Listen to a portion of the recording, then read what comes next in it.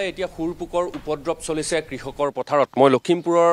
উপস্থিত আছো আৰু লখিমপুৰৰ পথাৰত এতিয়া খুৰপুকৰ বাবে কৃষকে হুমুনিয়া কাহিবলগীয়া হৈছে বহুদিন ধৰি বৰষুণ আছিল তাৰ পিছত বৰষুণ অহাৰ ফলত এই কৃষি ভূমিসমূহ তেওঁলোকে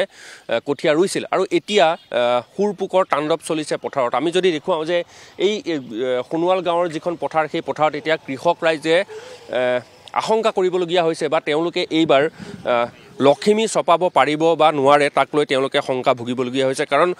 গোটেই পথাৰখনত এতিয়া খুৰপুকৰ তাণ্ডৱ চলিছে আৰু আপোনালোকে যদি চাই তেতিয়া আমি ND24ৰ জৰিয়তে দেখুৱাব বিচাৰিছোঁ যে প্ৰতিজন কৃষক এতিয়া খুৰপুক নিধনৰ বাবে তেওঁলোক ব্যস্ত হৈ পৰিছে কাৰণ এতিয়া পথাৰত স্প্ৰে কৰা হৈছে গতিকে এই কৃষি ভূমিসমূহ বা তেওঁলোকে যে এইবাৰ ধানৰ উৎপাদন লাভ কৰিব সেয়া কিন্তু এতিয়াও ক'ব নোৱাৰি কাৰণ কৃষি বিভাগৰ ফালৰ পৰা বৰ্তমান সময়লৈকে কোনো ধৰণৰ ব্যৱস্থা গ্ৰহণ কৰা নাই গতিকে আমি কৃষক ৰাইজ আছে অকমান কথা পতাৰ চেষ্টা কৰিম কিমান মান মাটিত খুৰপুক আহিছে এই গোটেই যিমান দেখিছে পথাৰখন এই গোটেইখনতে গোটেই মানে হেৰিতে আছে ইয়াত এডৰাটো নাই বুলি ক'ব নোৱাৰি ক'তো এনেকুৱা হৈ আছে নাঙল ধৰা পথাৰ গোটেইখন বান্দ এফালে আমাৰ বান্দ পথাৰখন আছে গোটেই মানে যিমান আছে এইবোৰ বহুত হাজাৰ হাজাৰ হেক্টৰ মাটি হৈ যাব আমাৰ এইখিনিত মানুহৰ গোটেই ৰাইজৰ মানে কাকো মানে অৱস্থা নাইকিয়া কৰি দিছে এনেকুৱা হৈ গৈছে মেডিচিন দিয়া হৈছে মেডিচিন এতিয়ালৈকে আমি কোনো চৰকাৰৰ ফালৰ পৰা দিয়া নাই আমি নিজে নিজে কিমান পাৰিছোঁ সেইখন দিছোঁ কিন্তু তথাপিও ইমান ফলপ্ৰসূ মানে পোৱা নাই এতিয়া এইবাৰ যদি খুৰপুকৰ উৎপাত চলি থাকে তেতিয়াহ'লে মানে ধান চপাব নোৱাৰিব ক'ব চপাম আৰু বতৰে কৰিছে আকৌ ৰুব নোৱাৰা কৰিলে এতিয়া যিকেইডাল ৰুইছোঁ আৰু সেইখিনি এনেকুৱা হৈছে গতিকে আমি এতিয়া চৰকাৰকো কি বুলি ক'ম ইহঁতক চৰকাৰক এটাই মই অনুৰোধ কৰিছোঁ যে সোনকালে আপোনালোকে হেৰিয়ৰ বিভাগৰ কৃষি বিভাগৰ মানুহ আহি আমাৰ ইয়াত মেডিচিন দিয়াৰ ব্যৱস্থা কৰে যেন হয় ধন্যবাদ জ্ঞাপন কৰিছোঁ আমি কথা পতাৰ যত্ন কৰিম আপোনাৰ কিমানমান মাটি আছিলে মোৰ 6 বিঘা আছে খাই শেষ কৰি দিলে এতিয়া নাই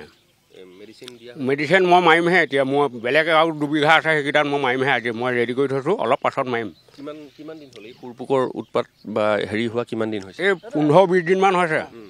15-20 দিনত মানে খাই শেষ কৰি দিছে প্ৰথমতেতো পানীৰ কাৰণে মানুহে মাটি ৰুব পৰা নাছিলে প্ৰথমতে পানীৰ কাৰণে ৰুব পৰা নাই এতিয়া বৰষুণ অকণমান পৰিলে ৰুইছে ৰাইজে মেচিন লগাই হ'লেও ৰুইছে তাৰপিছতে আকৌ পোকে ধৰিলে এতিয়া আমি একো চপাব নোৱাৰিম আৰু খেতি কৃষকৰ এতিয়া চিন্তা হৈছে যে তেওঁলোকে এবাৰ ধান চপাব পাৰিব বা নোৱাৰে তাক লৈ চিন্তাত পৰিছে কাৰণ তেওঁলোকৰ যিসমূহ কৃষিভূমি আছিলে সেই কৃষিভূমিত এতিয়া খুৰপুকৰ তাণ্ডৱ চলিছে গতিকে এতিয়া তেওঁলোকৰ একমাত্ৰ উপায় এইটোৱে হৈছে যে তেওঁলোকে মেডিচিন কিনিছে আৰু সেই মেডিচিন আনি তেওঁলোকে পথাৰত স্প্ৰে কৰিছে কিন্তু কৃষি বিভাগৰ ফালৰ পৰা বৰ্তমান সময়লৈকে কোনো ধৰণৰ তেওঁলোকক ঔষধ যোগান ধৰা নাই আৰু এনেদৰে যদি খুৰপুকৰ উৎপাত চলি থাকে তেতিয়াহ'লে কিন্তু এইবাৰ তেওঁলোকে কৃষি চপাব পাৰিব বা নোৱাৰে তাক লৈ কিন্তু চিন্তিত হৈ পৰিছে কাৰণ এখন বৃহৎ এখন পথাৰ আৰু সেই পথাৰৰ প্ৰতিজোপা ধানৰ গুজত যদি চাই তেতিয়াহ'লে কিন্তু খুৰপুক দেখিব আমি কিছু দৃশ্যাংশ দেখুওৱাৰ চেষ্টা কৰিম যে কেনেদৰে এই পথাৰডৰা শেষ কৰিছে তাৰ কিছু দৃশ্যাংশ আমি দেখুওৱাৰ চেষ্টা কৰিম যে এনেদৰেই এতিয়া ৰুই থোৱা ধাননি পথাৰত খুৰপুকে নষ্ট কৰিছে আৰু ধানৰ প্ৰতিজোপা গুচত এতিয়া খুৰপুক দেখিবলৈ পাব গতিকে এই ক্ষেত্ৰত যদি কৃষি বিভাগে লখিমপুৰ জিলাৰ কৃষি বিভাগে বা চৰকাৰৰ কৃষি বিভাগে যদি ব্যৱস্থা গ্ৰহণ নকৰে তেতিয়াহ'লে কিন্তু এই ক্ষেত্ৰত কৃষকসকলে সমস্যাৰ সন্মুখীন হ'ব আমি দেখুৱাইছোঁ যে এনেদৰেই প্ৰতিজোপা ধানৰ গুচত এতিয়া খুৰপুকে লানি নিচিগা খুৰপুক গতিকে এই খুৰপুকৰ তাণ্ডৱৰ পৰা কৃষকৰ পথাৰডৰা ৰক্ষা কৰিবলৈ হ'লে কৃষি বিভাগে ব্যৱস্থা গ্ৰহণ কৰিব লাগিব মই কৈছোঁ যে এই যদি খুৰপুকৰ যেনেদৰে বিস্তাৰিত হৈছে সেই খুৰপুক যদি দেখে তেতিয়াহ'লে আপোনালোকে চকু থৰ হৈ ৰ'ব কাৰণ কৃষকৰ এগোচা ধান একে নিশাই খুৰপুকে শেষ কৰি পেলাইছে মই অকণমান কথা পাতিব বিচাৰিছোঁ আমি দেখিছোঁ যে খুৰপুকৰ দেখোন ইয়াত একেবাৰে লানি নিচিগা অৱস্থা এতিয়া কি কৰিব এতিয়া ভগৱানৰ বস্তু এতিয়া ভগৱানে পঠিয়াইছে নে কোনে পঠিয়াই নাজানে আমাৰ কিন্তু খেতি শেষ এতিয়া তাকে চৰকাৰে কি কৰে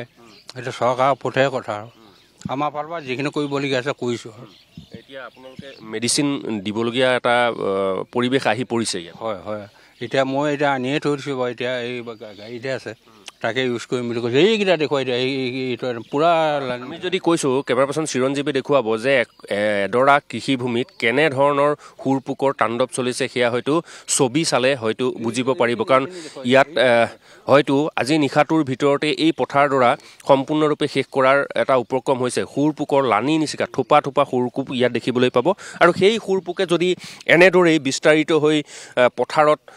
তাণ্ডৱ চলায় তেতিয়াহ'লে এই পথাৰডৰা এই পথাৰডৰা সম্পূৰ্ণৰূপে নিশেষ হোৱাৰ উপক্ৰম হৈছে। গতিকে আজিৰ তাৰিখত কৃষক ৰাইজে কৃষি বিভাগত এটাই অনুৰোধ জনাইছে যে কৃষি বিভাগৰ ফালৰ পৰা ইয়াত ঔষধ দিয়াৰ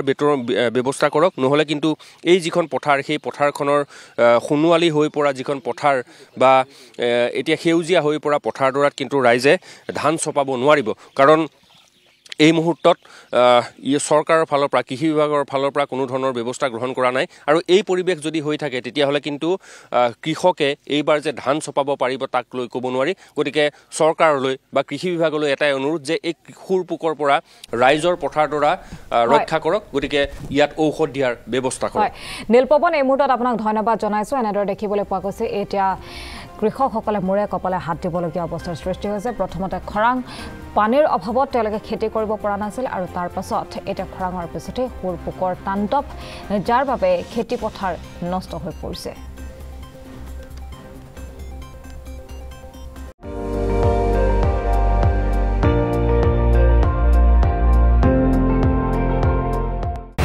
আপুনি চাই আছে ND24,